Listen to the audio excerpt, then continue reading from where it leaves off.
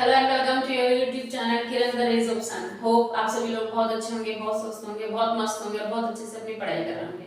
कल हमने चैप्टर खत्म कर लिया था फिफ्थ इंडियन पॉलिटी की। आज सिक्स्थ क्लास हम स्टार्ट करेंगे, सिक्स चैप्टर स्टार्ट करेंगे हम इंडियन पॉलिटी का, जो कि है नागरिकता, सिटीजनशिप, है ना। सिक्स चैप्टर है आपका नागरिकता।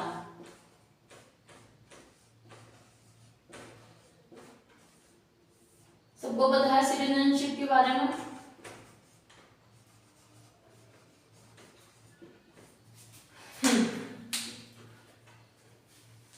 आधुनिक राज्यों की तरह भारत में भी दो प्रकार की नागरिकता पाई जाती है, यानी कि दो तरह के लोग रहते हैं बेसिकली, है ना। एक तो रहते हैं जो नागरिक होते हैं, दूसरे होते हैं जो विदेशी होते हैं। नागरिक हमारे देश में लोग रह रहे होते हैं, एक तो नागरिक ही होंगे, ठीक है। दूसरे विदेशी भी तो रहते हैं हमारे देश में। हर देश का है कि एक तो वहां के लोग रहते हैं, दूसरे विदेशी रहते हैं ना, जिन्हें एनआरआईज वगैरह बोल सकते हो।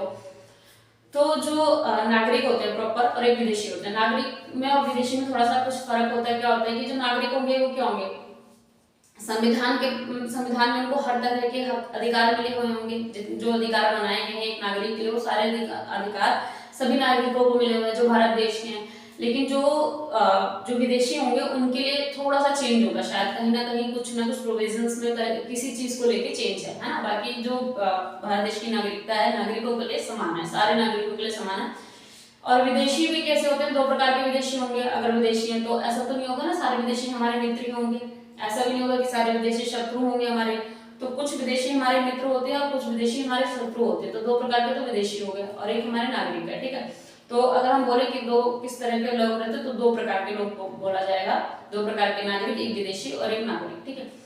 और विदेशी में भी या तो विदेशी मित्र होगा या शत्रु होगा, है ना। तो उनके लिए कुछ थोड़े से प्रोविजंस अलग करे गए हैं। हमारे लिए जो नागरिक हैं, हमारे लिए मतलब जो नागरिक हैं, उनको कुछ अधिकार दिए गए हैं।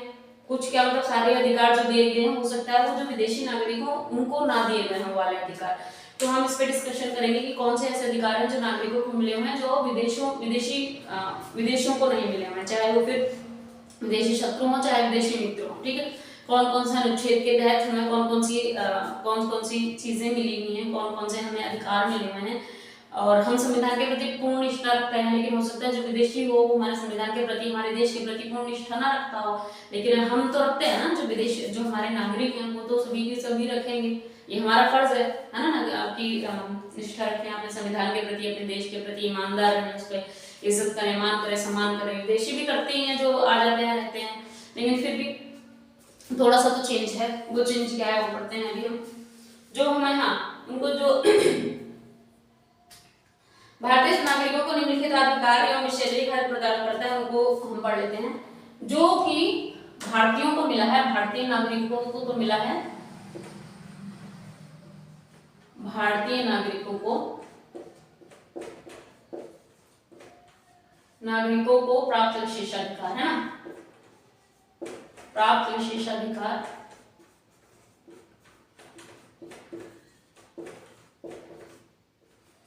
जो किसको नहीं मिले हैं, जो विदेशियों को नहीं मिले हैं, है ना,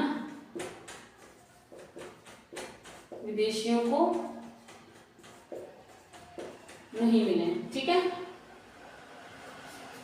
ऐसे अधिकारों के, ऐसे विशेषाधिकारों के बारे में बात करेंगे जो भारतीयों को तो मिले हुए हैं, भारतीय नागरिकों को, लेकिन वो विदेशी नागरिकों को नहीं मिले हुए हैं, ठीक है। जैसे कि धर्म, मूल, वंश, जाति, लिंग। धर्म, मूल, वंश, जाति, ये हम कर लेते हैं पहला पॉइंट। इसमें क्या होगा, इसमें जो नागरिक है ना उनके प्रति कोई भेदभाव नहीं किया गया है ना, चाहे उनका जन्म स्थान कुछ भी हो। क्या मैंने उल्टा घुमा दिया इसको। धर्म, मूल, वंश, जाति या फिर जन्म उनका कहीं भी हुआ हो, है ना, जन्म के आधार पर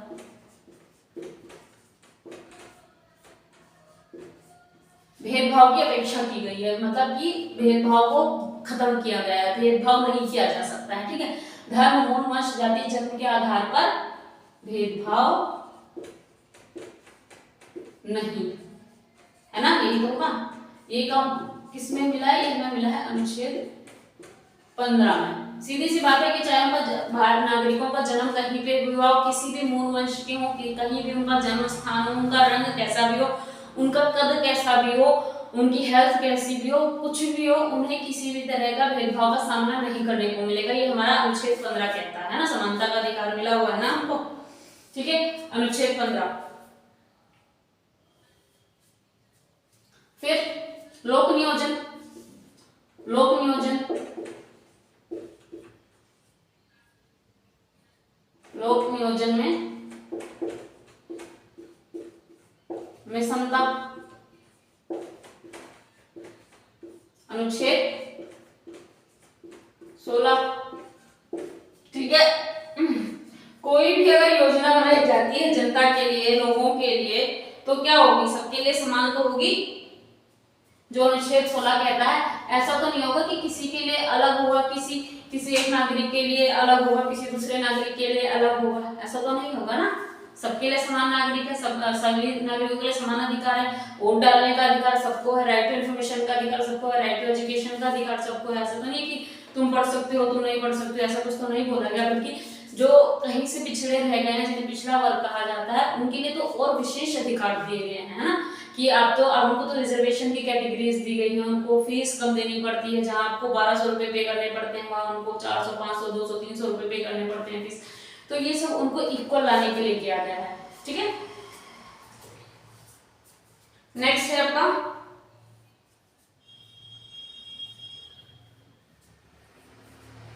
हमें अभिव्यक्ति की स्वतंत्रता है, बोलने की स्वतंत्रता है, यानी कि, है ना, बोलने की स्वतंत्रता है, अपनी बात रखने की स्वतंत्रता है अनुच्छेद 19 के तहत। इसमें और भी चीजें आ जाएंगी। वैसे बोलने की स्वतंत्रता में सिर्फ बोलने की स्वतंत्रता का मतलब समझ जाओ कि आप क्या कर सकते हो। बोलने की स्वतंत्रता मतलब अपनी बात को रख सकते हो, अभिव्यक्ति कर सकते हो, आप कहीं पर निवास कर सकते हो, कहीं पर भी निवास कर सकते हो देश में, पूरे भारत देश में, है ना। आप सम्मेलन कर सकते हो, है ना। आपको अगर कोई बात डिस्कस करनी है तो आप मीटिंग बिठा सकते हो लोगों की, है ना, सम्मेलन कर सकते हो। कई बार होता है ना कि कुछ डिस्कशन होता है किसी मुद्दे पर, सामाजिक तौर पे, या किसी सरकार की किसी योजना अच्छी ना लगने पर होता है, तो क्या होता है, 4 लोग इकट्ठे होते हैं, 4 लोग इसमें 8, 10, 20, 25 लोग इकट्ठे होते हैं ना। तो इस बात का अधिकार हमें संविधान ने दे रखा है, तभी ये इकट्ठे होते हैं, है ना। ये तो हो गया कि कहीं भी हम निवास कर सकते हैं, पूरे भारत देश में सम्मेलन कर सकते हैं, हम अपना व्यवसाय चुन सकते हैं, इस बात का भी अधिकार है हमें, है ना। ये अनुच्छेद 19 के तहत हमें जो अधिकार मिल रहे हैं। फिर क्या, ये तो हमने सारे अधिकार, तो मौलिक अधिकार जो 6 पढ़ लिए थे, बेसिकली उनसे रिलेटेड है। हमने मौलिक अधिकार 6 पढ़े थे ना, कौन कौन से मौलिक अधिकार थे, उन्हीं ऑलमोस्ट वो सारे इसमें आ जाएंगे। फिर क्या, संस्कृति और शिक्षा का अधिकार है, ये तो पता ही है, मतलब उसमें भी पढ़ा हुआ है हमने मौलिक अधिकार में, संस्कृति और शिक्षा का अधिकार। ये कौन सा अनुच्छेद में मिला है? ये 29 और 30 में मेरे ख्याल में, है ना। कौन से अनुच्छेद में मिली है ये चीजें हमें? अनुच्छेद 29 और 30 में तो मिली है। और क्या मिला हमें? लोकसभा और राज्यसभा में चुनाव का अधिकार भी तो मिला है। लोकसभा, राज्यसभा में चुनाव का अधिकार,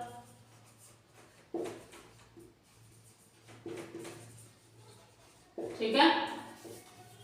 लोकसभा राज्यसभा में चुनाव का अधिकार मिल गया। संसद के लिए भी हमें, संसद की सदस्यता लेने के लिए भी, संसद की, ठीक है, और राज्य विधानमंडल की, चाहे संसद की हो चाहे राज्य विधानमंडल की हो, विधानमंडल की सदस्यता लेने का चुनाव का अधिकार, ठीक है। आ रही बात समझ में? कहीं कोई कंफ्यूजन? नेक्स्ट टॉपिक पढ़ा दूं, सार्वजनिक पदों, है ना। जितने भी सार्वजनिक पद हैं, सार्वजनिक पद, चाहे वो राष्ट्रपति का हो, चाहे वो प्रधानमंत्री का हो, है ना, चाहे वो राष्ट्रपति का हो, उपराष्ट्रपति का हो, इन सबका पद लेने की योग्यता रखने का अधिकार है ना, योग्यता रखने का अधिकार।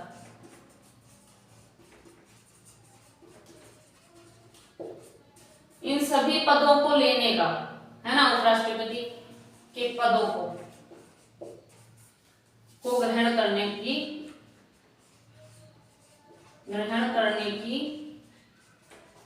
योग्यता रखने का अधिकार। देखो एक बात आपको क्लियर हो गई कि देखो आमतौर पर हर देश में, हर राज्य में दो तरह के नागरिक होते हैं, एक तो नागरिक होंगे, एक विदेशी होंगे, ठीक है। हर मतलब स्पेशली भारत में नहीं है ऐसा, और भी देशों में और भी राज्यों में होता है। तो दो प्रकार के नागरिक होते हैं, एक तो नागरिक होंगे, एक विदेशी होंगे। विदेशी में भी कुछ विदेशी मित्र होंगे, कुछ विदेशी शत्रु होंगे।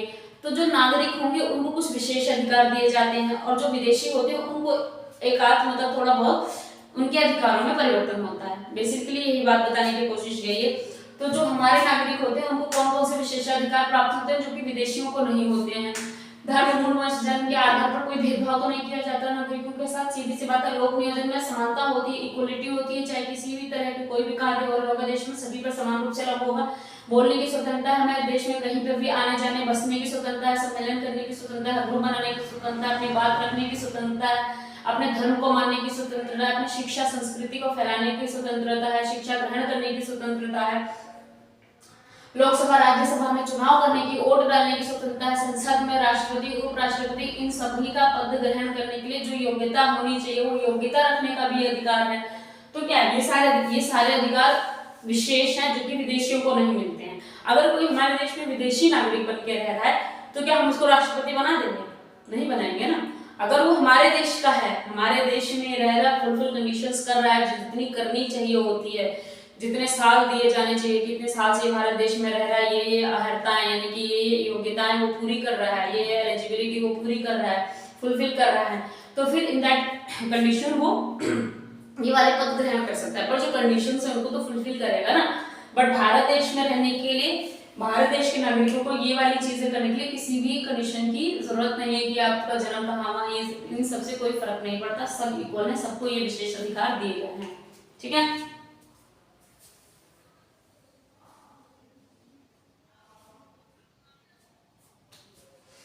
तो ये तो हो गया अधिकार। अब क्या है, भारतीय नागरिकों को कुछ कर्तव्य भी तो है भाई।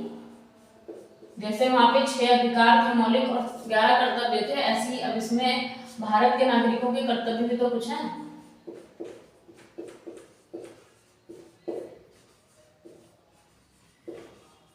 ठीक है, कर्तव्य क्या क्या है? मान लो कि कर भुगतान कर देगा भारतवासी, है ना।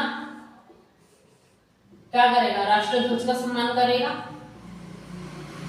ये हमारा है ना, फर्ज है, हमारी ड्यूटी है।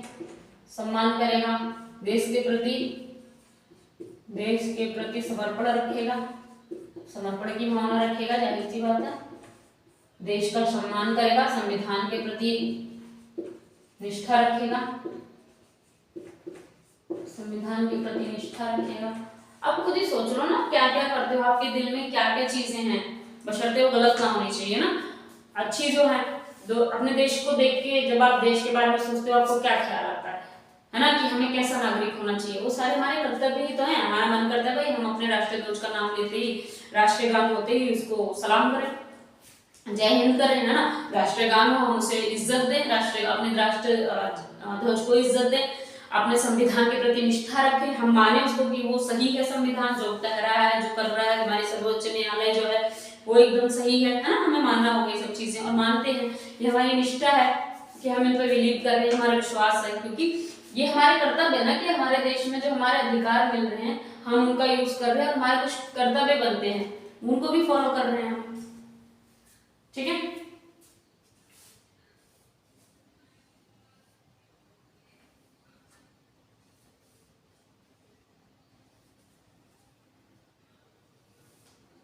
अब भारत देश में क्या है कि नागरिक जन्म से या प्राकृतिक तौर पर राष्ट्रपति बनने का अधिकार रखता है। राष्ट्रपति बनने का अधिकार रखता है।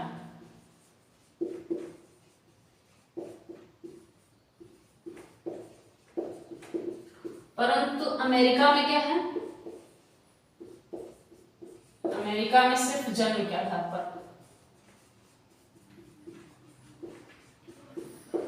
सिर्फ जन्म के आधार पर। ठीक है, am I clear?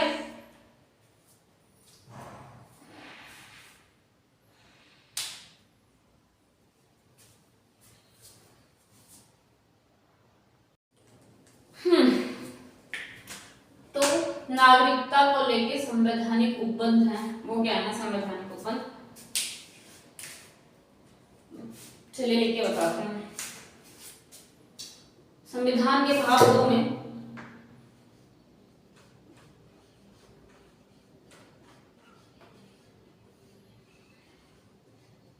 भाग 2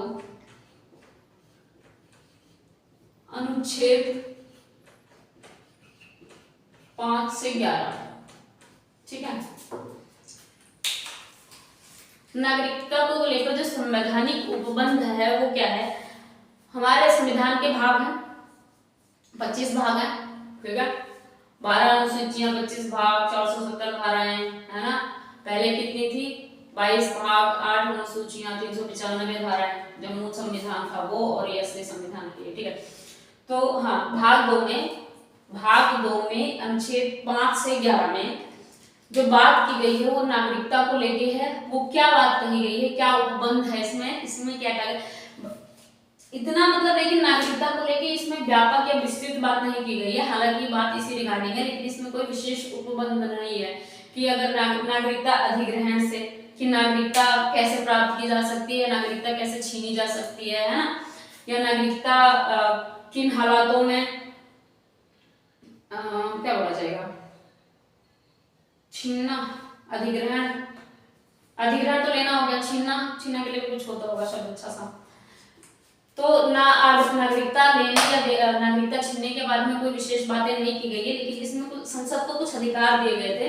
इसी उपबंध के तहत संसद को नागरिकता के संबंध में कुछ अधिकार दिए गए थे संसद को। वो अधिकार क्या थे, संसद को अधिकार, ठीक है, किस बात का अधिकार, नागरिकता संबंधी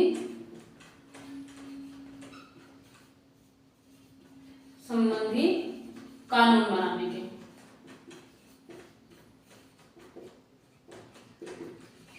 इसमें कुछ विशेष बातें तो की नहीं गई है, पर इसमें ये बोला गया था कि जो 26 जनवरी 1950 को, यानी कि संविधान लागू होने पे,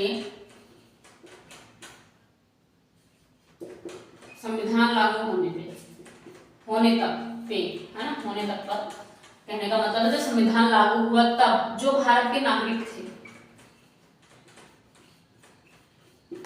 ये उन लोगों की बात होगी इसमें, जो भारत के नागरिक हैं या थे, ठीक है, ये उनके बारे में बातें होंगी सारी इस अनुच्छेद में 5 से 11 में भाग 2 में उनके बारे में बात हो रही है। विशेष कोई कि नागरिकता कैसे ले सकता है, किसने लिया, कैसे छोड़ी जा सकती है, ये सारी बातें नहीं है, ये विशेष तौर पर इन्हीं की बातें जो 26 जनवरी 1950 तक भारत देश के नागरिक बन चुके थे, ठीक है, उनके बारे में बात है। इसमें क्या हुआ, संसद को शक्तियां दे दी गई कि तुम नागरिक से संबंधित कुछ कानून बनाओ, ये उनको अधिकार दिया गया। अब ऐसे में संसद ने क्या किया, जब संसद को अधिकार मिलेगा तो संसद ने क्या किया, 1955 में ना नागरिकता अधिनियम लागू किया। संसद ने क्या किया, 1955 में नागरिकता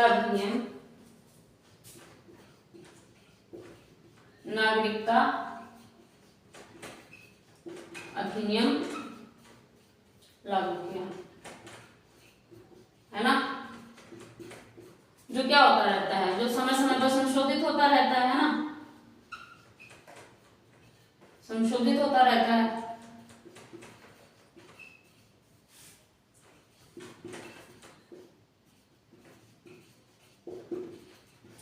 अभी तक हमारे संविधान में कितने संशोधन हो चुके हैं टोटल? 105 संशोधन हो चुके हैं, है ना। पहला संशोधन कब हुआ था हमारे देश का? पहला संशोधन हुआ था 1950 में।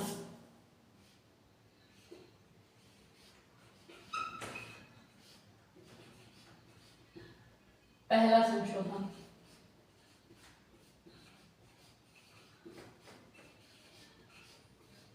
पहला संशोधन 1950 में हुआ था और 105 अभी तक के संशोधन हो चुके हैं, ठीक है।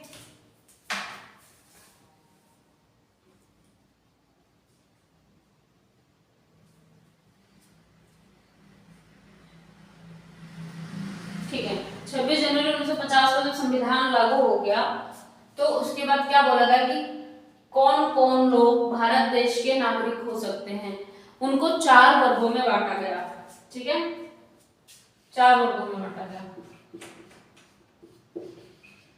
4 वर्गों के लोग भारत के नागरिक, भारत के नागरिक, ठीक है। ये कब हुआ है? 26 जनवरी 1950 के बाद, है ना, 26 जनवरी 1950, ठीक है।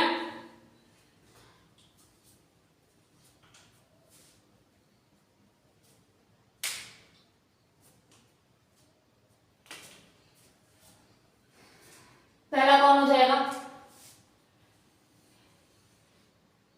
पहला कौन होगा? जो भारत का मूल निवासी होगा, मूल निवासी होगा वही तो होगा। पहली नागरिकता किसको मिलेगी? मार्कर वो जल्दी जल्दी खराब हो रहा है, पता नहीं क्या है।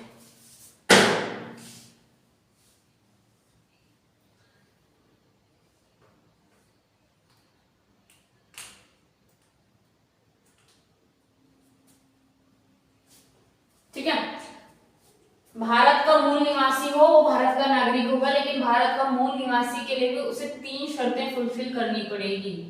जन्म हुआ हो उसका भारत में, उसके माता पिता में से किसी का जन्म हुआ हो, माता या पिता, ठीक है, माता और पिता दोनों कंपलसरी नहीं है। माता या पिता का भारत में जन्म हुआ, या तो स्वतंत्रता से पहले, स्वतंत्रता से 5 वर्ष पूर्व से भारत में रह रहा हो।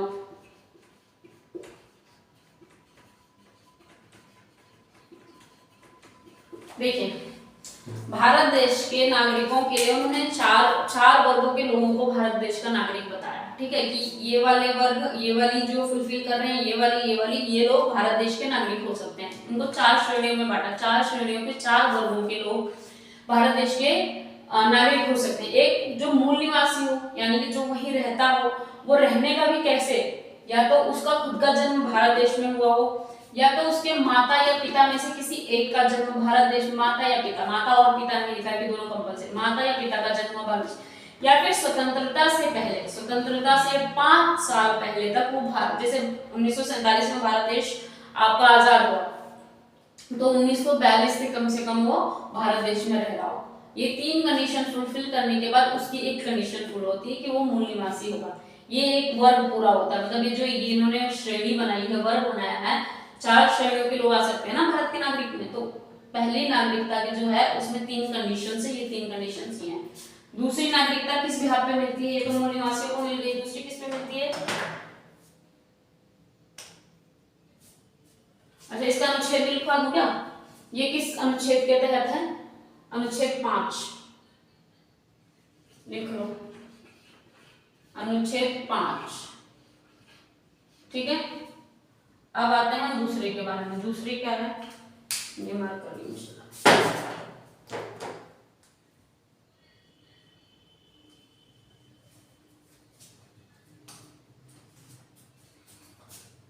जो पाकिस्तान से आया है ना, जो पाकिस्तान से आया हो।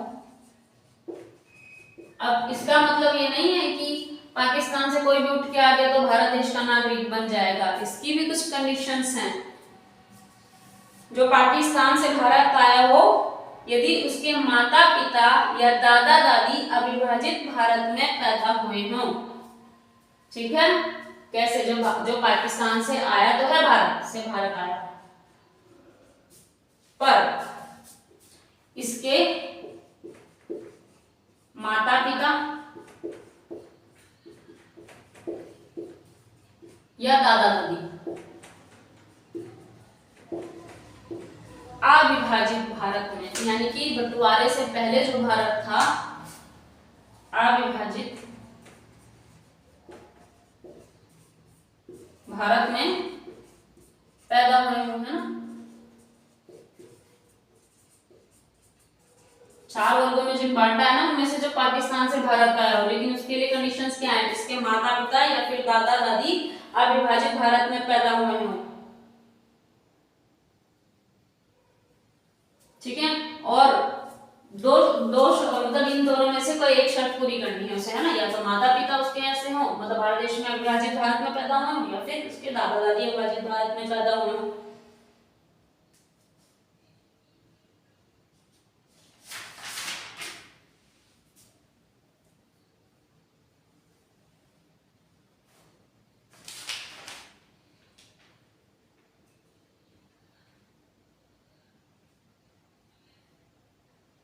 अब इसको भी 2 शर्तें पूरी करनी है। कौन कौन सी करनी है? यदि वह 19 जुलाई 1948 से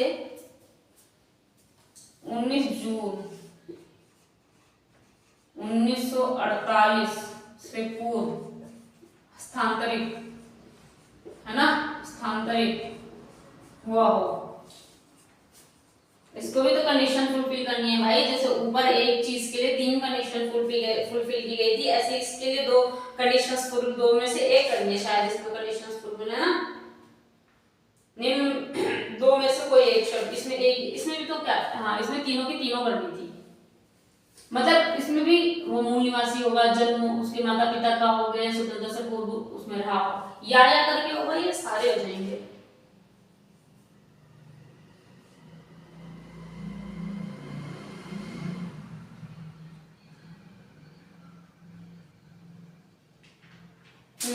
इनमें से भी कोई एक ही कंडीशन पूरी करनी है ना। इनमें से भी कोई एक शर्त पूरी करनी है और इनमें से भी कोई एक शर्त पूरी करनी है। ठीक है, ये याद रखना।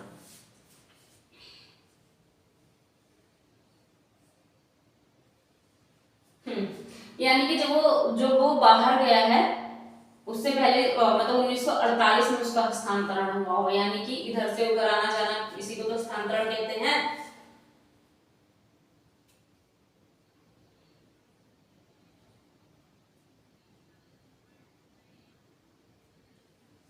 ठीक है, तो और यदि उसने 19 जुलाई 1948 को या उसके बाद भारत में प्रवेशन किया हो, तो भारत के नागरिक रूप में पंजीकृत हो। देखो भाई, अगर वो इसके बाद आता है भारत देश में, या तो वो इससे पहले ही आ रखा है, भारत देश में स्थानांतरित हो चुका है 19 जून 1948 से पहले ही, पूर्व ही, है ना। लेकिन अगर इसके बाद में आता है, हमें तो पंजीकरण की एक सुविधा दे रखी है ना, या तो अब है ये कंडीशन है 19 जून 1948 से पहले ही आप स्थानांतरित हो चुके हो, भारत देश में आ चुके हो। और अगर नहीं आए हो, अगर आप इसके बाद में आते हो भारत देश में, तो पंजीकरण कराना होता है ना एक, तो आप क्या होगे? पंजीकृत होने चाहिए। ठीक है, पंजीकृत होने के साथ एक और चीज की नीड पड़ेगी, इनको ऐसे नहीं होता खाली पंजीकरण से काम नहीं चलेगा। पंजीकरण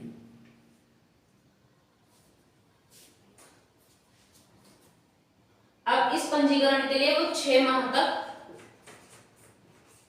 भारत में रह सकता है। ठीक है, ये लिख लेना, 6 माह तक भारत में निवास कर सकता है।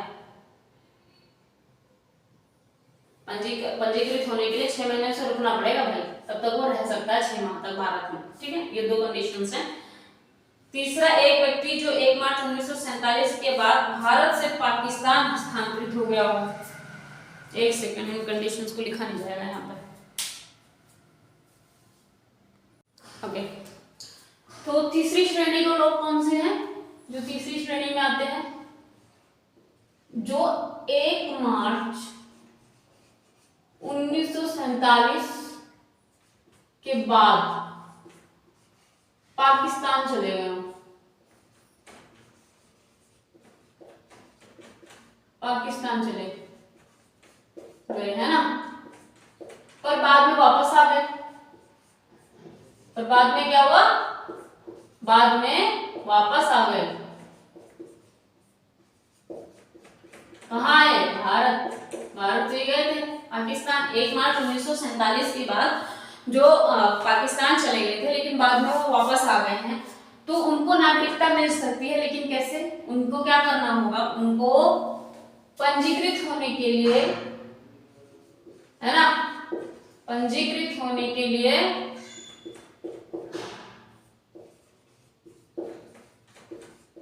प्रार्थना पत्र देना होगा, प्रार्थना पत्र देना होगा, और 6 महीने तक, 6 महीने जो प्रार्थना पत्र वाला होता है ना, जिसमें पंजीकरण वाला होता है, उसमें 6 महीने रुकना पड़ता है, ठीक है, चाहे पाकिस्तानी में किया हो चाहे बाहर हिंदुस्तानी में, 6 महीने तक रहना होगा, ठीक है। ये हो गई आपके तीसरी श्रेणी के लोग। क्लियर है ना सबको कि कौन कौन से श्रेणी के लोग हो गए हैं भारत देश के जो नागरिक बन सकते हैं, जो किन 4 श्रेणी के लोगों को भारत देश का नागरिक, हाँ, तो वो क्लियर है ना। तीसरी हो गई, चौथी कौन सा है, एक है एक व्यक्ति जिसके माता पिता दादा दादी भारत में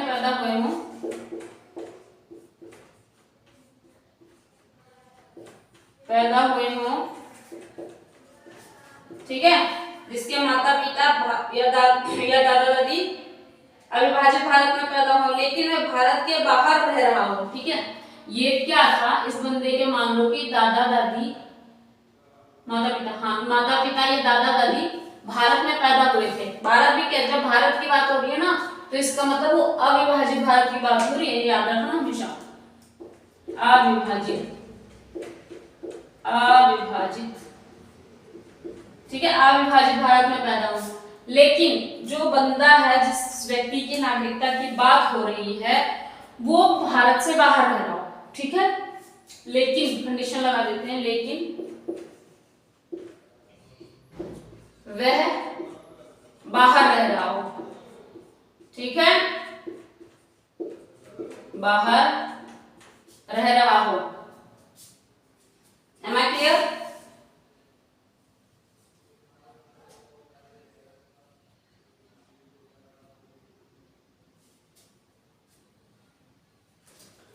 ठीक है, लेकिन अब इसको भारत की नागरिकता चाहिए, तो भारत की नागरिकता कैसे ले सकता है, यही बात है, इसे नागरिकता चाहिए, नागरिक बनना है, तो इसे क्या कराना पड़ेगा, इसे कूटनीतिक तरीके से पंजीकरण कराना पड़ेगा, कूटनीतिक तरीके से पार्षदीय प्रतिनिधि के रूप में आवेदन करना पड़ेगा।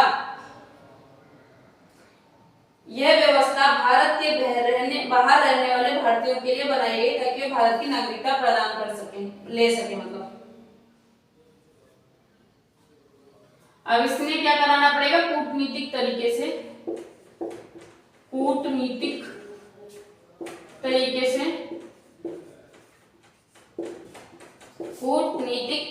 से पार्षदीय प्रतिनिधि के रूप में,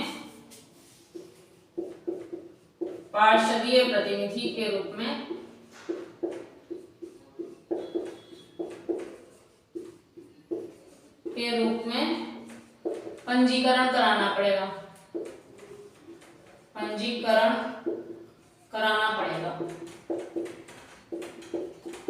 और ये वाली सुविधा उन लोगों के लिए दी गई है जो भारत देश के बाहर रह रहे हैं पर उन्हें भारत देश की नागरिकता चाहिए। ये वाली प्रोसीजर सिर्फ उनके लिए बनाई गई थी, ठीक है। तो 4 तरह के, 4 वर्ग, 4 श्रेणियां हो गई जिन्हें भारत देश की नागरिकता मिल सकती है, ठीक है।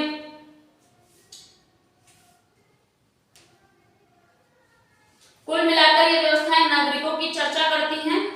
व्यक्ति जो भारत का मूल निवासी हो, या व्यक्ति पाकिस्तान से स्थानांतरित हुआ हो, या व्यक्ति पाकिस्तान से भारत स्थानांतरित हुआ हो लेकिन बाद में मतलब भारत से पाकिस्तान गया हो। देखो कहने का मतलब तो ये क्लियर हो गया ना, या तो मूल निवासी हो, या तो पाकिस्तान से भारत आया हो, या तो भारत से पाकिस्तान गया हो, या तो उसके दादा दादी या माता पिता तो भारत में रह रहे हो, अविभाजित भारत में जन्म हुआ था लेकिन वो बंदा खुद बाहर रह रहा था। तो 4 तरह के लोग आ गए, इसमें 4 श्रेणियों के लोग आ गए।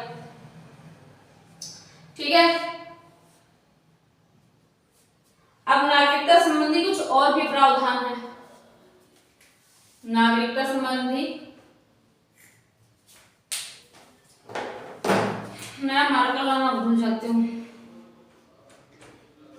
नागरिकता संबंधी कुछ प्रावधान, अन्य प्रावधान, ये तो पढ़ लिया ना आपने, उनके अलावा भी कुछ प्रावधान है, इसको जानते और समझते हैं हम जरा। चलिए, क्या है? वह व्यक्ति भारत का नागरिक नहीं होगा या भारत का नागरिक नहीं माना जाएगा जो स्वेच्छा से किसी अन्य देश का नागरिकता ग्रहण कर ले। ठीक है, अगर स्वेच्छा से कोई किसी और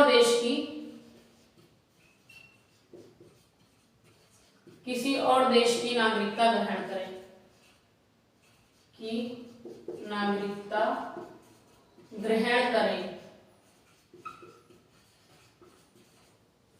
तो क्या होगा? भारत का नागरिक नहीं होगा, भारत का नागरिक नहीं होगा यदि स्वेच्छा से किसी और देश की नागरिकता ग्रहण कर ले। ठीक है भाई, नागरिकता संबंधी जो अन्य प्रावधान है उसमें पहला प्रावधान क्या है कि ये व्यक्ति भारत देश का नागरिक नहीं होगा यदि वह किसी देश की अपनी इच्छा से, स्वेच्छा से नागरिकता ग्रहण करे। Suppose I am from India, मैं एक हिंदुस्तानी हूँ, मैं अमेरिका जाती हूँ, मैं वहां की अपनी इच्छा से, बिना किसी जोर जबरदस्ती या किसी प्रॉब्लम के, मैं खुद अपनी इच्छा से वहां की नागरिकता ले लेती हूँ, तो मेरी भारत देश की जो नागरिकता है वो रद्द हो जाएगी, क्योंकि भारत देश में एकल नागरिकता का प्रावधान है। ऐसा नहीं कि मैं भारत देश की भी नागरिक कहलाऊं और मैं दूसरे देश यानी कि अमेरिका की भी नागरिक कहलाऊं, तो मैं भारत देश की अकेली नागरिक कहला सकती हूँ या तो फिर किसी और देश की नागरिक। तो मैं अमेरिका का, मैंने अपनी इच्छा से अमेरिका की राष्ट्रीयता ले ली तो मैं वहीं की नागरिक कहलाऊंगी। ठीक है, यह पहली वो। दूसरी क्या? प्रत्येक व्यक्ति जो भारत का नागरिक है या समझा जाता है वैसा नागरिक बना रह सकता है यदि संसद इस प्रकार के किसी विधान का निर्माण करे। ठीक है, प्रत्येक व्यक्ति जो भारत का नागरिक है या समझा जाता है, मानो जो भी लोग हैं जिनको भारत देश का नागरिक माना जाता है। ठीक है भाई, मार्कर को क्या हो गया, मैं गलत लिखा लूं क्या हर बार?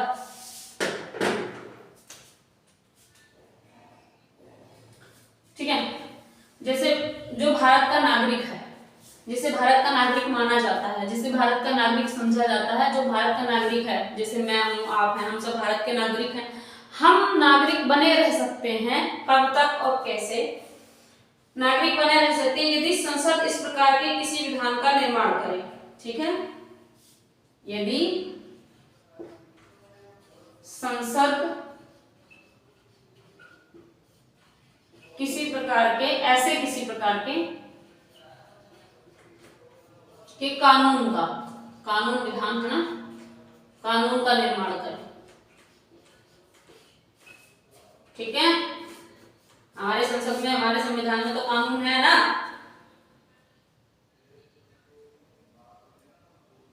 तीसरा क्या है? संसद को अधिकार है कि वह नागरिकों के अर्जन और समाप्ति के तथा नागरिकता से संबंधित अन्य सभी विषयों के संबंध में, संसद को हमारे अधिकार दिए गए हैं ना, संसद को अधिकार दिया गया था ना, 1955 अधिनियम बना था ना, पढ़ा था ऊपर 1955 नागरिकता अधिनियम, उसमें संसद को अधिकार था कि नागरिकता से संबंधित कानून बना सकती है। ये बात तो हुई थी अभी, वही बात से यहाँ पे लिखा है कि संसद को अधिकार है,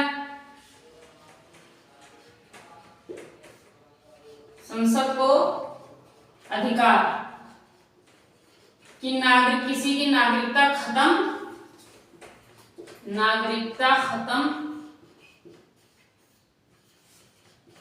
यानी कि समाप्त और अधिग्रहण यानी कि लेने की अधिग्रहण की शक्ति देता है,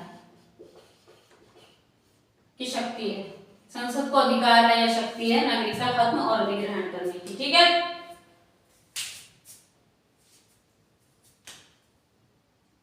नागरिकता अधिनियम 1955 पढ़ लेते हैं ना अभी, कहाँ पढ़ेंगे अभी इसमें। नागरिकता अधिनियम 1955, चलिए नागरिकता अधिनियम 1955 में पारित हो। ठीक है, अब इसमें जो थी क्या क्या, नागरिकता अर्जन होगा या तो नागरिकता क्या त्याग होगा, दो बातें पढ़ेंगे। तो नागरिकता अर्जन पढ़ लेते हैं। नागरिकता अर्जन किन किन आधारों पर की जा सकती है? वंश के आधार पर, है ना,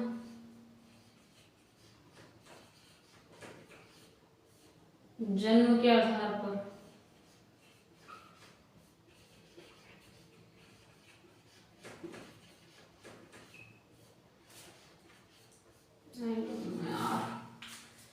वंश के आधार पर, जन्म के आधार पर, तीनों ले आए हम मार्कर। पंजीकरण, प्राकृतिक रूप से,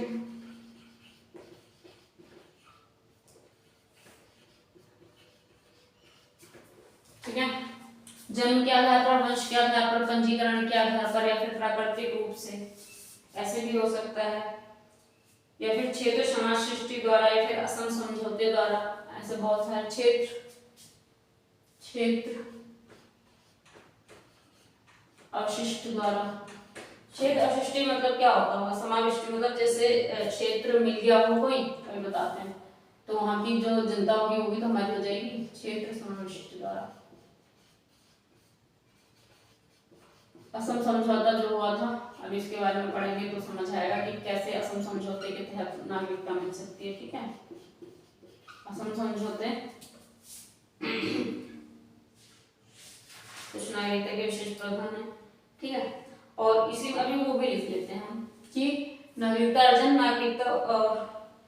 नागरिकता लेना होगा, नागरिकता खत्म होना, नागरिकता समाप्ति, नागरिकता समाप्ति, नागरिकता समाप्ति कैसे कैसे हो सकती है? या तो बंदा ने स्वेच्छा से दे दिया, नागरिकता का त्याग कर दिया, स्वेच्छा से त्याग है ना नागरिकता का, वरना फिर क्या, खत्म की गई हो, बर्खास्त किया गया हो, निकाला गया हो, है ना, खत्म किया गया हो, बर्खास्त किया गया हो कि भाई तुमसे तुम्हारी नागरिकता छीनी जाती है ना, ऐसा कुछ किया गया हो। ठीक है,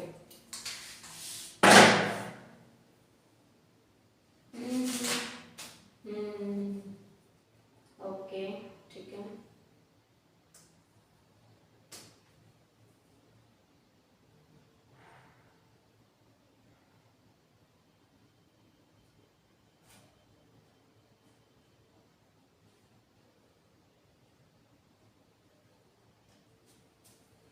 चलिए जन्म के आधार पर तो समझ ही आता है कि यदि उसका जन्म भारत में हुआ है ना, लेकिन अगर 1 जुलाई 1947 के बाद हुआ है तो क्या होगा? तो उसका माता पिता भारत का नागरिक होना चाहिए था, है ना, नागरिक। ये कंडीशन है। 1 जुलाई 1947 के बाद अगर उसका जन्म होता है, वो भी मतलब 1 जुलाई 1947 के बाद आता है तब की बात है, तो उसके जन्म के समय माता पिता भारत का नागरिक हो, है ना, ये कंडीशन से। वंश के आधार पर क्या है? अगर वो 26 जनवरी 1950 के बाद जिनकी नागरिकता वंश के आधार पर, तो इसमें क्या होगा? इनके दादा दादी या माता पिता भी हो सकते हैं ना, माता पिता उसके जन्म के समय भारत के नागरिक रहे हों, भारत के नागरिक रहे हों।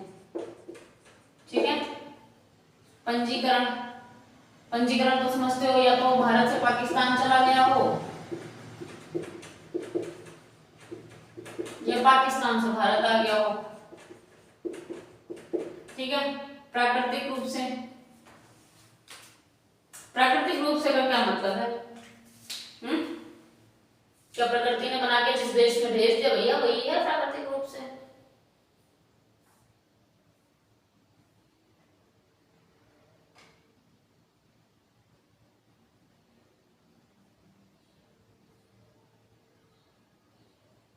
हम्म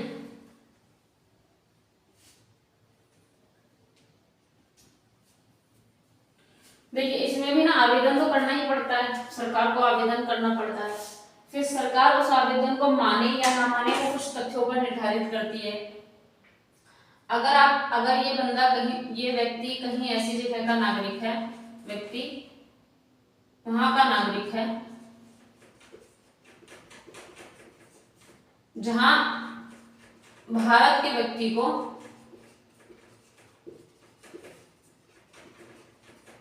प्राकृतिक नागरिकता मिलती है,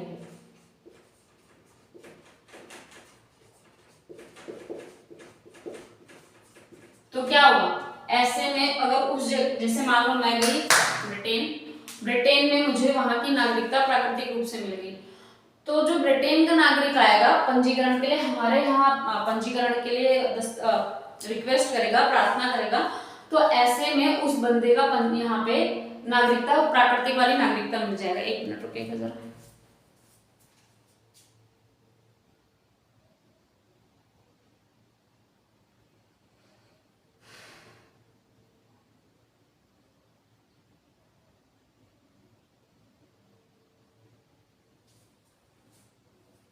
ठीक है।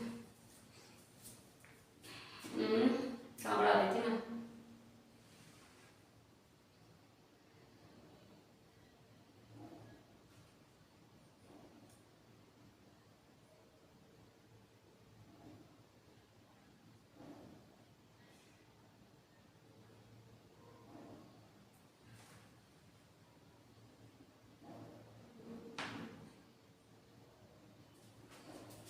अच्छा इसमें क्या था, इसमें माता पिता दोनों का कंपलसरी है ना, दोनों भारत के नागरिक होने चाहिए। नहीं इसमें नहीं, इसमें होने चाहिए, इसमें माता पिता दोनों, दादा दादी से कोई लेना देना नहीं है इसमें, और इसमें माता या पिता हो, ठीक है, माता या पिता हो, वो जन्म वाले में और वंश वाले में माता पिता दोनों का हो। प्राकृतिक रूप से मैं, अच्छा पढ़ना क्या था अभी? नेक्स्ट टॉपिक प्राकृतिक वाला ही पढ़ना था ना।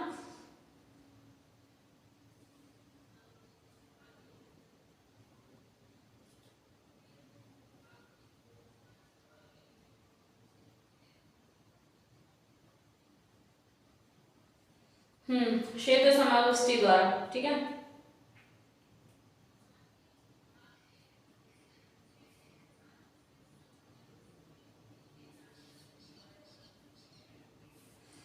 जाहिर सी बात है, अगर किसी क्षेत्र को हमने अपने में मिला लिया है ना, अगर किसी क्षेत्र को हमने अपने में मिला लिया है तो वहां के लोग भी तो हमारे हो जाएंगे ना, है ना, वहां के कुछ विशेष लोग होंगे जो अगर उस क्षेत्र को हमने मिला लिया तो वो हमारे नागरिक भी हो जाएंगे, है ना। अगर वो कहीं और नहीं जाते हैं, अगर उनको जाने के लिए नहीं बोला जाता है, अपनी इच्छा से नहीं जाते हैं, या हमारे यहाँ ऐसे कोई रूल ही नहीं बनाया जाता है कि भाई ठीक है हमने क्षेत्र तो ले लिया है लेकिन तुम जा सकते हो, अगर हम ऐसा बोल दें तो ऐसे नहीं, वरना फिर तो वहाँ अगर हमने क्षेत्र ले लिया तो वहाँ की जनता भी क्या होगी, भारत देश की नागरिक हो जाएगी, अगर भारत देश में किसी क्षेत्र को मिला लिया गया है तो, ठीक है।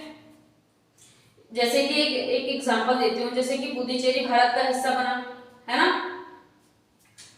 एग्जांपल दे देती हूँ, एक उदाहरण, पुडुचेरी पांडिचेरी था ना, क्या था, क्या नाम था पुडुचेरी का पहले? पांडिचेरी, पुडुचेरी, पांडिचेरी, पांडिचेरी, है ना।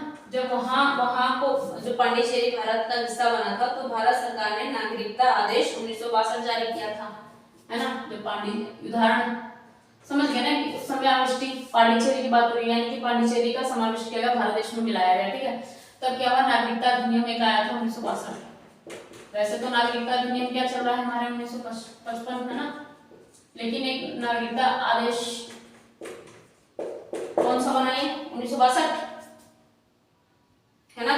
फिर आदेश नागरिकता अधिनियम 1955 के तहत ही जारी किया गया था, जो कि 1962 तो बना था, लेकिन हमारा नागरिकता अधिनियम था कौन सा एग्जैक्टली 1955, तो 1955 के नागरिकता अधिनियम के तहत ही आदेश जारी किया गया था। ठीक है, इसमें क्या हुआ, जो क्षेत्र पांडिचेरी अर्जित किया गया, अधिग्रहण किया गया, उसको मिलाया गया, उसको लिया गया, भारत देश में शामिल किया गया, तो वहां पे जो जनता थी वो भी भारत देश की जनता बन गई। ठीक है, भारत देश में भारत देश की नागरिकता मिल गई उसे। असम समझौते से आच्छादित व्यक्तियों के लिए नागरिकता का विशेष प्रावधान है। कैसे? नागरिकता अधिनियम 1985 असम समझौते, इसमें नागरिक कहाँ गया, इसमें नागरिकता अधिनियम 1985 है। ठीक है, ये नागरिकता अधिनियम की बात हो रही है। ठीक है, याद रखना है, लिख दो सब कहीं।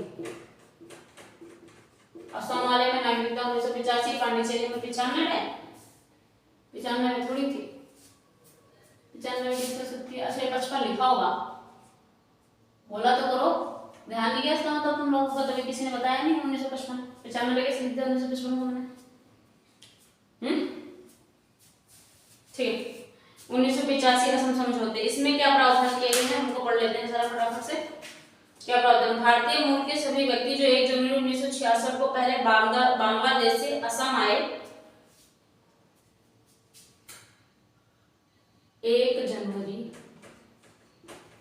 ठीक है, 1 जनवरी 1966 के पहले, 66 के पहले बांग्लादेश, ठीक है, 1 जनवरी 1966 के पहले बांग्लादेश से असम आए।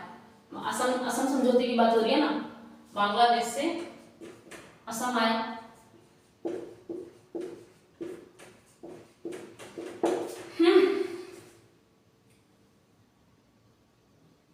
और जो अपने प्रवेश के बाद ही साधारणतः असम के निवासी बन गए, है ना।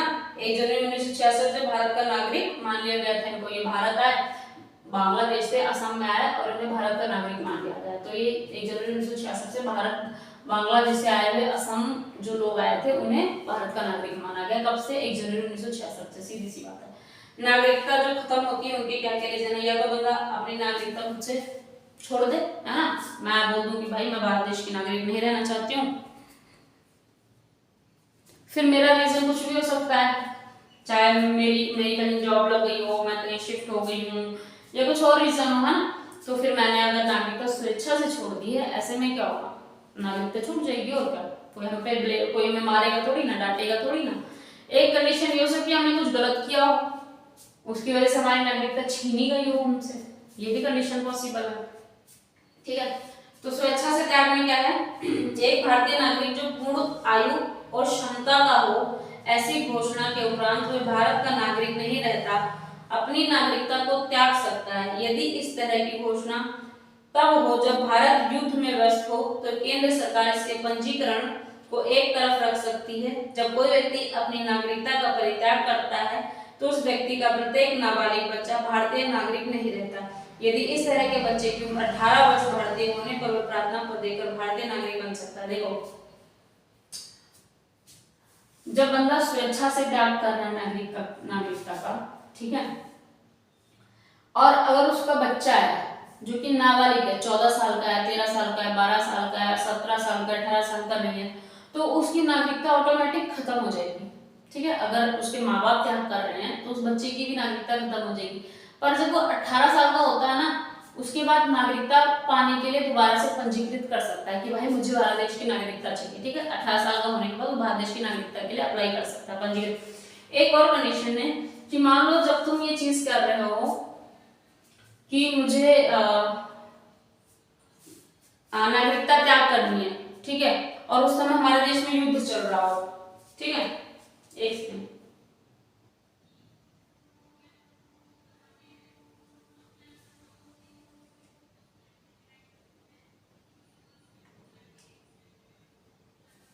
ठीक है, ओके, कहाँ पर थे?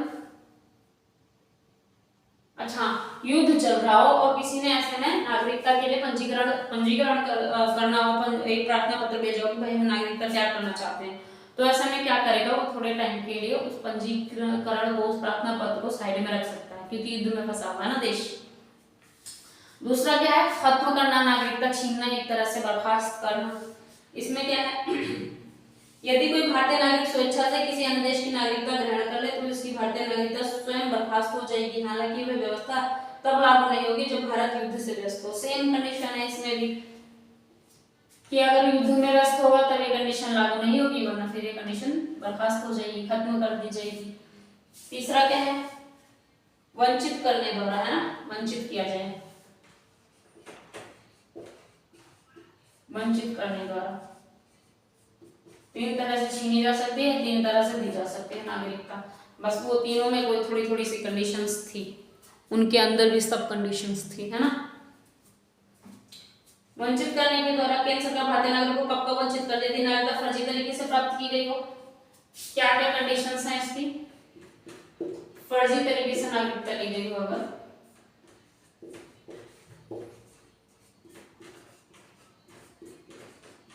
फर्जी तरीके से नागरिकता ली गई हो, ठीक है। यदि नागरिक ने संविधान के प्रति अनादर जताया हो, संविधान के प्रति अनादर,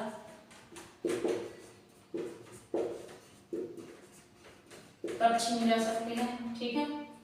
यदि नागरिक ने युद्ध के दौरान शत्रु के साथ गैर रूप से संबंध बनाया हो, गैर कानूनी रूप से, है ना, युद्ध के समय दुश्मन देश से मिल जाना, एक तरह से युद्ध के समय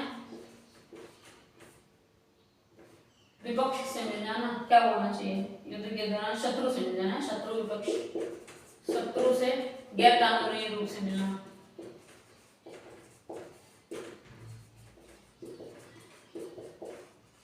विभीषण बनना कहने का मतलब है, ठीक है। अगर आप विभीषण बनोगे तो आपसे आपकी नागरिकता छीन ली जाएगी।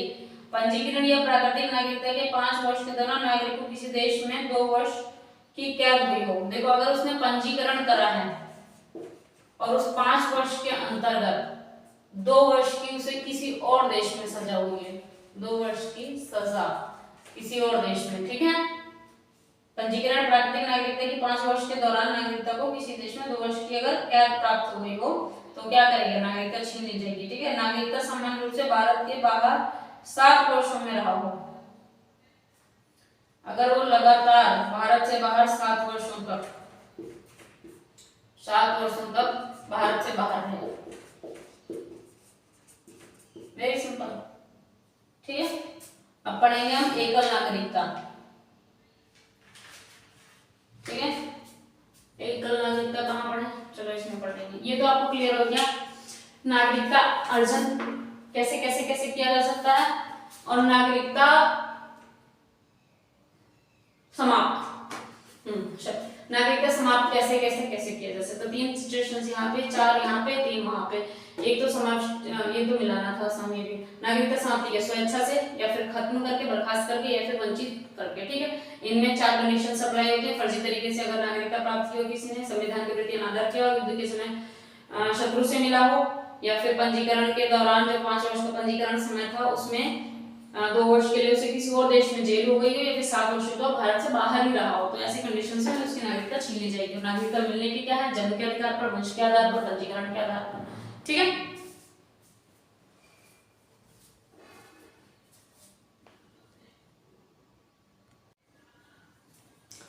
देखें, आपको ये तो पता ही है कि भारत देश में नागरिकता कैसी है। भारत देश में वैसे 2 ही शासन प्रणाली, एक बार को है केंद्र सरकार और राज्य सरकार, 2 तरह की शासन व्यवस्था है, लेकिन फिर भी नागरिकता हमारी एकल नागरिकता है ना, एक ही नागरिकता है भारत देश की। अमेरिका में क्या है कि बंदा अमेरिका का नागरिक है होने के साथ साथ उस विशेष राज्य का भी नागरिक है जहाँ पे वो निवास करता है, जहाँ पे वो रह रहा होता है, वहाँ का भी वो नागरिक है। और हमारे देश में क्या है कि वो सिर्फ भारत देश का नागरिक है, ना इस राज्य के उत्तर प्रदेश में, हरियाणा, झारखंड, बिहार, पंजाब, पश्चिम बंगाल कहीं का भी कोई नागरिक नहीं है सिवाय एक भारत देश का नागरिक, एकल नागरिक का, ठीक है। तो ये तो हमें क्लियर है कि हमारे देश में एकल नागरिकता है। इस पे क्या पढ़ा जाए और एकल नागरिकता के बारे में, हाँ इसके अपवाद पढ़ लेते हैं थोड़े से ना, इसके कुछ अपवाद भी है। मतलब हम तो ये कहते हैं कि सारे यहाँ पे कोई भेदभाव नहीं है, है ना, यही है। पर कहीं पे नहीं क्या किया गया है, कुछ कंपलसरी चीजें की गई है कि इस नौकरी के लिए बंदे का इस जगह का निवासी होना कंपलसरी है, जैसे कि त्रिपुरा, है ना, और कौन कौन से थे, त्रिपुरा, हिमाचल प्रदेश, मणिपुर, आंध्र प्रदेश है ना। निवास अनिवार्य है, यहाँ पे अपवाद यही है कि त्रिपुरा,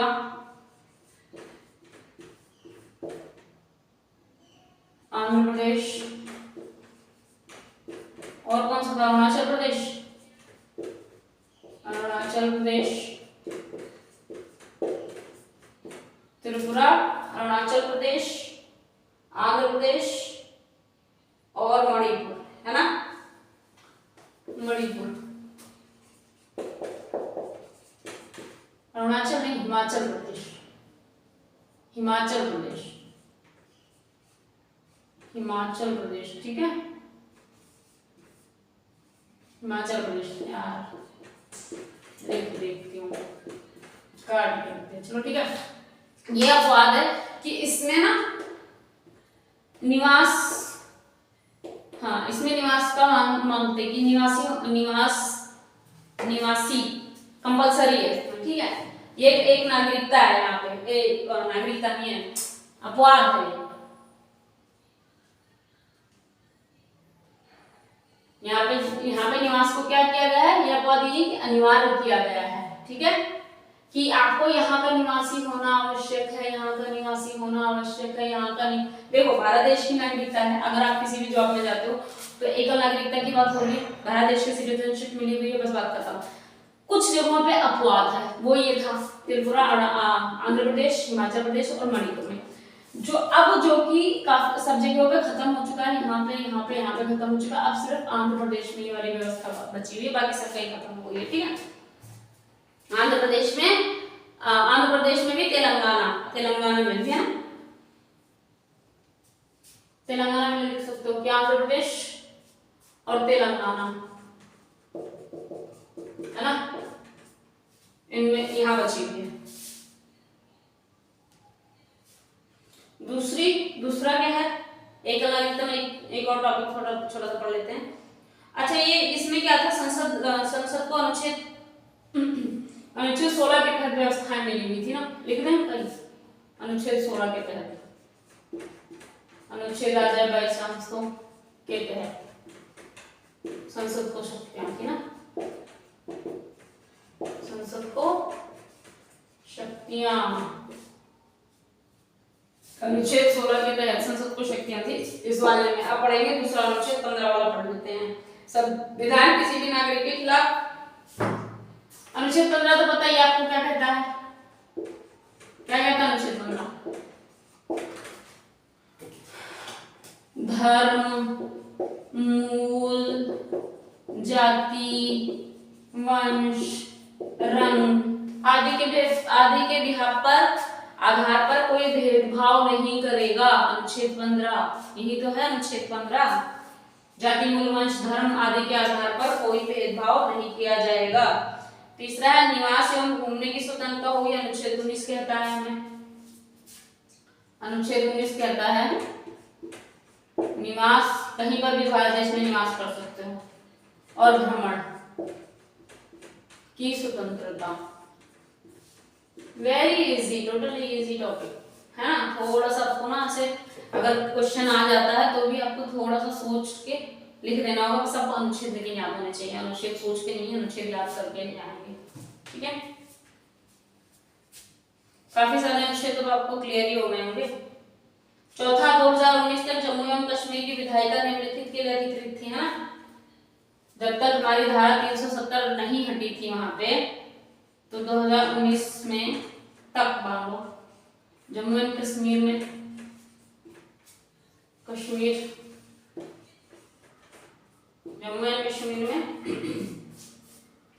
विधायिका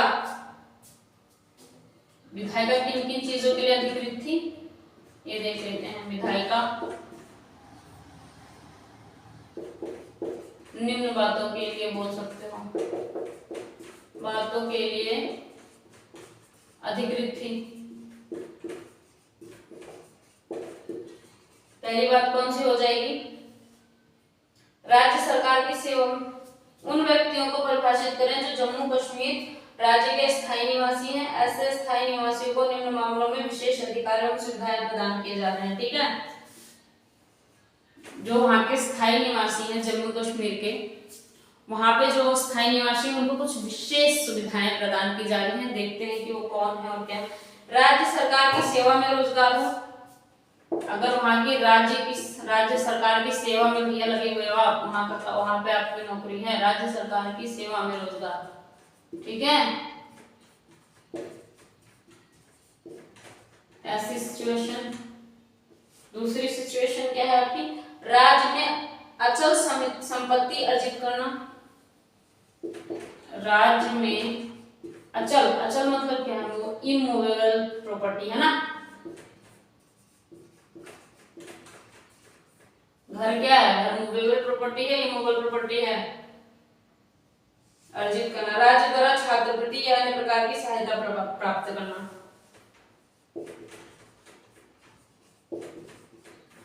छात्रवृत्ति या अन्य सहायता, ये तीनों सुविधाएं। राज्य की सेवा में रोजगार किसको मिल सकता है, राज्य से अचल संपत्ति किसको मिल सकती है, राज्य द्वारा छात्रवृत्ति या अन्य सहायता किसको मिल सकती है, दो जो जम्मू कश्मीर की स्थायी सदस्य हो, ठीक है। विधायिका ने वहां के अधिकृत किया है ये बातें, जो वहां का स्थायी सदस्य हो उनके लिए ये रूल्स है, बाकी किसी के लिए नहीं। विदेशी भारतीय नागरिकता पढ़ लेते हैं। विदेशी भारतीय नागरिकता क्या है, कैसे विदेशी भारतीय नागरिकता कैसे ली जा सकती है या कैसे ली गई है। तीनों मार्कर हाथ में रखूंगी अब। विदेशी भारतीय नागरिकता,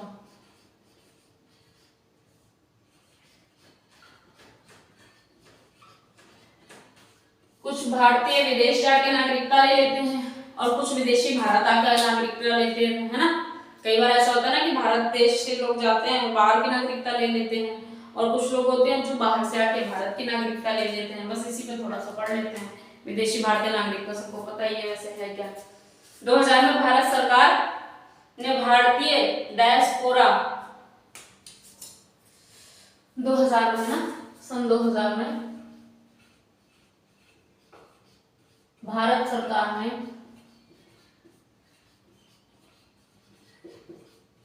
भारतीय डायस्पोरा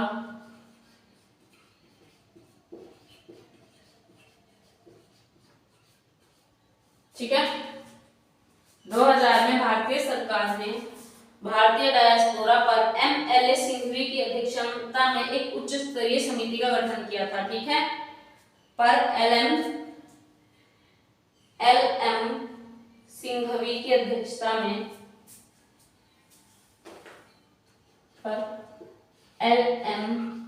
सिंघवी की अध्यक्षता पर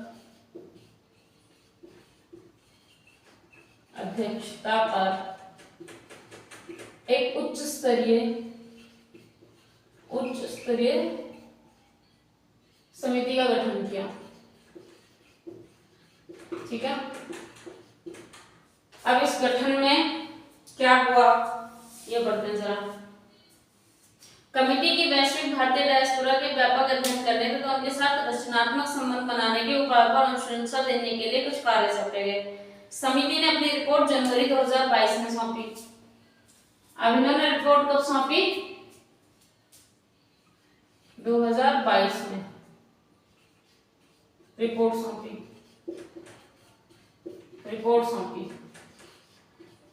अब डायस्पोरा पर थी ना ये समिति, तो डायस्पोरा से ही पूछा, मतलब उस पर ही कुछ विचार विमर्श करने को, जानने को, समझने को दिया होगा ना। तो समिति ने 2022 में रिपोर्ट, 2002 में रिपोर्ट सौंपी है भाई, 2022 में क्यों सौंपेगा, 2022 अभी गया है, ध्यान कहाँ है, ध्यान कहाँ है ना, मुझे खुद याद करना पड़ रहा है कि कहाँ गलत लिख दिया मैंने।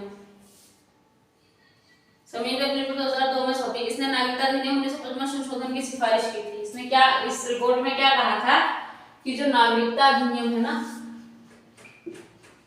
नागरिकता अधिनियम 1955 ही तो है, में संशोधन की सिफारिश की।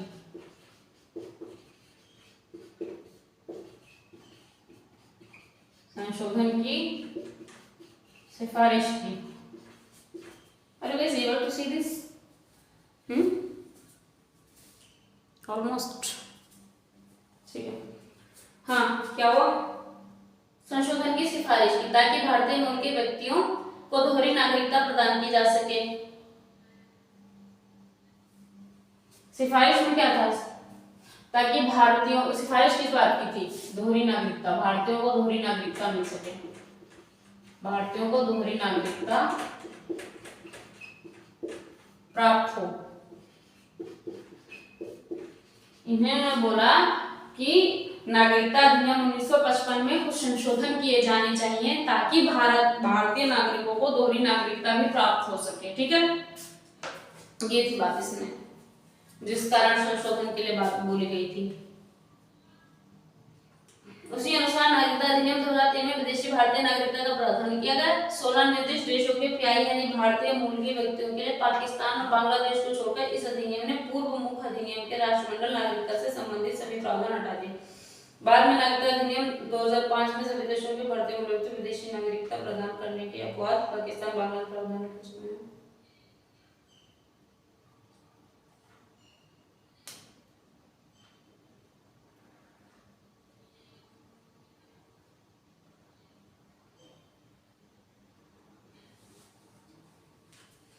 देखिए, कुछ जो भी बातचीत हुई इसमें कुछ समय के लिए दोहरी नागरिकता दी गई, ठीक है, पर उसके बाद अल्टीमेटली और लास्ट में क्या है, हमारे पास एकल नागरिकता ही है। ठीक है, कब जो समितियां बैठी उन्होंने जो सिफारिश की उस हिसाब से कभी नागरिकता दी, फिर उसके बाद कुछ और समिति बैठी, फिर वो संशोधन किया गया, फिर बेसिकली जो एट द एंड आपकी है वो एकल नागरिकता ही, आपके पास दोहरी नागरिकता का कोई संविधान नहीं है। ठीक है, फिलहाल जो है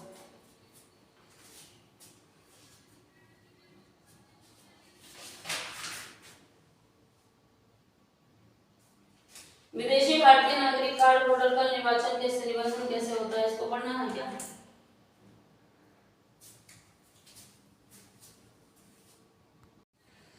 चलिए, नागरिकता अधिनियम में संशोधन तो हो ही रहे थे, तो यहाँ पे संशोधन हुआ है। ठीक है, 2015 में संशोधन हुआ है। क्या था? ओशियन है ना, ओ से ओशियन ही तो था, overseas citizen of India card holder है ना, overseas citizen of India card holder. ठीक है, ओवरसीज लिख दूं, overseas card holder of India, citizen, sorry citizen of card holder. ये अधिनियम कब पारित हुआ था? ये ओसीआई, इसको ना ओसीआई बोल सकते हो तुम शॉर्ट फॉर्म में। ये 2 तारीख 12 महीना 2015 को 5 को OCI, overseas card holder, overseas citizen of India, Indian card holder. ठीक है, ये आपका 2 दिसंबर 2005 को पारित हुआ था, लागू हुआ था। अब इसमें कुछ बातें कही हैं जो क्या विदेशी भारतीय नागरिक कार्ड होल्डर का निबंधन कैसे हो सकता है। आपने क्या लिखा है? निबंधन लिखा है, निबंधन। ठीक है, किन किन तरीकों से हो सकता है निबंधन? ठीक है, जो कि अगर ये किसी अन्य देश का नागरिक हो, ठीक है, अगर व्यक्ति किसी अन्य देश का नागरिक है लेकिन संविधान लागू होने के समय या उसके बाद में वो भारत देश का नागरिक हो गया है। ठीक है, जो भी किसी अन्य देश का नागरिक है लेकिन संविधान लागू होने के समय उसके बाद भारत का नागरिक हो गया है, तो ऐसे में वो क्या होगा? वो बन जाएगा यहाँ का नागरिक। दूसरा है जो कि किसी अन्य देश का नागरिक हो लेकिन संविधान लागू होने के समय भारत का नागरिक होने के लिए एलिजिबल था, ये भी हो जाएगी एक कंडीशन। ठीक है, तीसरी कंडीशन, जो कि किसी अन्य देश का नागरिक था लेकिन उसे भूभाग से संबंध रखता था 15 अगस्त 1947 को भारत का भाग हो। ठीक है, वो नागरिक तो कहीं और का है लेकिन 15 अगस्त 1947 तक वो उसका कोई जमीन थी जो कि भारत देश में थी, है ना, जो भारत देश के भूभाग से संबंध रखता था 1947 तक। ठीक है, और जो कि किसी ऐसे नागरिक का पुत्र पुत्री या प्रपौत्र हो जो धारा 1 में उल्लिखित व्यक्ति का नाबालिग बच्चा हो, जो भी किसी ऐसे नागरिक का पुत्र हो, पुत्री हो, पोता हो, पोती हो, है ना, तो ऐसे में भी वो भारत देश का नागरिक हो सकता है। और वो क्या, वो दादा दादी माता पिता जो भी हो भारत देश के हो ना, भारत देश में। अब इनको अधिकार कौन कौन से प्राप्त हैं?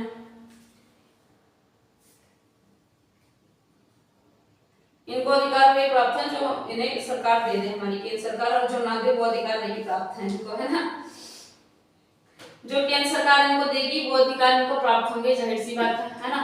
लेकिन इनको कौन कौन से अधिकार नहीं प्राप्त हैं हम शायद पहले भी पढ़ चुके हैं कि ये हमारे राष्ट्रपति का चुनाव नहीं कर सकते हैं, ये मुख्य न्यायाधीश नहीं बन सकते हैं, है ना। ऐसे करके कुछ हमने सवाल करे हैं तो वो यही है। हमने पहले भी पढ़ा था शायद कि राष्ट्रपति चुनाव के लिए ये नहीं माने जाएंगे, सार्वजनिक रोजगार के मामले में अवसर की संभावना का अधिकार नहीं होगा, सर्वोच्च न्यायालय के न्यायाधीश नहीं बनेंगे, उच्च न्यायालय के न्यायाधीश नहीं बनेंगे, मतदाता के रूप में पंजीकृत किए जाने का अधिकार नहीं होगा, लोकसभा राज्यसभा का चुनाव नहीं करेंगे, विधानसभा या राज्य विधान परिषद का गठन सदस्य नहीं बनेंगे। ये सारी चीजें हम पहले भी पढ़ चुके हैं ना, वही है। प्राप्त अधिकार तो बहुत कम है, नहीं है, ज्यादा है ना। अधिकार नहीं है, बहुत ज्यादा है, ये नहीं वो नहीं है। राष्ट्रपति नहीं बन सकते, उपराष्ट्रपति नहीं बन सकते, राज्यसभा लोकसभा के सदस्य नहीं बन सकते, मुख्य न्यायाधीश नहीं बन सकते, सर्वोच्च न्यायालय के नहीं बन सकते, उच्च न्यायालय के नहीं बन सकते, ठीक है। त्याग, अपनी इच्छा से त्याग कर सकते हैं, अगर चाहे तो स्वेच्छा से त्याग कर सकते हैं ना। पंजीकरण का रद्द कौन कौन सी सिचुएशन में हो सकता है? विदेशी भारतीय नागरिकता कार्ड होगा, धोखाधड़ी वाला सीन आ जाए अगर कुछ पता चले, पहले भी हम पढ़ चुके हैं ना, ये सारे टॉपिक्स पढ़े हुए हैं मैंने डायरेक्ट में। अगर धोखाधड़ी से प्राप्त करी हो नागरिकता, सेम जैसे नागरिकता जा सकती थी, जो चीजें हमने पढ़ी थी कि नागरिकता कैसे कैसे हालातों में छीन सकती थी, सेम वही चीज है यहाँ पे भी। ओसीआई के लिए भी overseas citizen of India card holder, है ना, ऑफ इंडियन कार्ड होल्डर, ऐसे करके ऑफ इंडिया कार्ड होल्डर, जो भी एक तो अगर धोखाधड़ी से ली हो तो भी नागरिकता उसकी छीन सकती है। विदेशी कार्ड होल्डर ने भारत के संविधान के प्रति अनुष्ठा दिखाई हो, हमारे देश के संविधान के प्रति, है ना, अनादर किया हो, पहले भी पढ़ा है हमने, आज ही पढ़ा है, ठीक है। या फिर वो ये भी पढ़ा था ना कि युद्ध चल रहा हो और वो शत्रु से मिला हो, विभीषण वाली बात कही थी हमने ना, शत्रु से मिला हो गैर कानूनी तरीके से, ठीक है, ये वाला एक था। और पंजीकरण अगर उसने, हाँ, जैसे जब पंजीकरण करा था तो 2 साल के लिए जेल में रहा हो, है ना, 5 साल का जो पंजीकरण था उसमें 2 साल की किसी और देश की जेल में था वो, उसके लिए भी, या फिर लगातार 7 वर्ष तक बाहर रहा हो, भारत से बाहर रहा हो, ऐसे ऐसे सिचुएशंस में क्या हो सकता है, उसकी नागरिकता रद्द हो जाएगी, है ना। क्या क्या है, या तो उसने धोखाधड़ी से नागरिकता ली हो, युद्ध के समय विदेशी शत्रुओं से मिला हुआ हो, या फिर वो हमारे देश के संविधान का अनादर किया हो उसने, और 7 वर्ष तक लगातार अगर बाहर रहा हो, या फिर 5 वर्ष के पंजीकरण के समय उसे 2 वर्ष तक किसी दूसरी सरकार ने, किसी दूसरे देश ने जेल भेज दिया हो। ये सारी सिचुएशंस में उसकी नागरिकता, जैसे कि एसएमएस नागरिकता, जैसे कि नागरिकता रद्द हो सकती है, वैसे ही ओसीआई भी रद्द हो सकती है, ठीक है, सेम कंडीशंस हैं ऑलमोस्ट। तो नागरिकता संशोधन हुआ था इसमें, नागरिकता अधिनियम 2015 है, वैसे नागरिकता अधिनियम 1995 है, 1995 ने 1955, ठीक है। ये नागरिकता का चैप्टर नहीं खत्म कर देते हैं, अगर आप लोगों को सब कुछ समझ आ गया, अगर कोई भी सवाल है तो फटाफट से पूछ लो, ठीक है। फिर कल पढ़ेंगे फंडामेंटल राइट्स, है ना। फंडामेंटल राइट्स कितने हमारे 6, हमारे अधिकार कितने हैं 6, उनको अच्छे से एक्सप्लेन करके पढ़ेंगे अनुच्छेदों के तहत, है ना, कौन सा अनुच्छेद में क्या कह रहा है, किसमें कौन सी स्वतंत्रता है, किसके अधीन हम क्या कर सकते हैं, ये सारी चीजें कल पढ़ेंगे मूल अधिकार, ठीक है। चैप्टर वो थोड़ा लंबा है, इसके मुकाबले में तो लंबा है, तो उसको देख लेना, कल क्लास लंबी हो सकती है, ठीक है। चाय वाय यही पियेंगे कल क्लास में, ठीक है। हाँ, थैंक यू।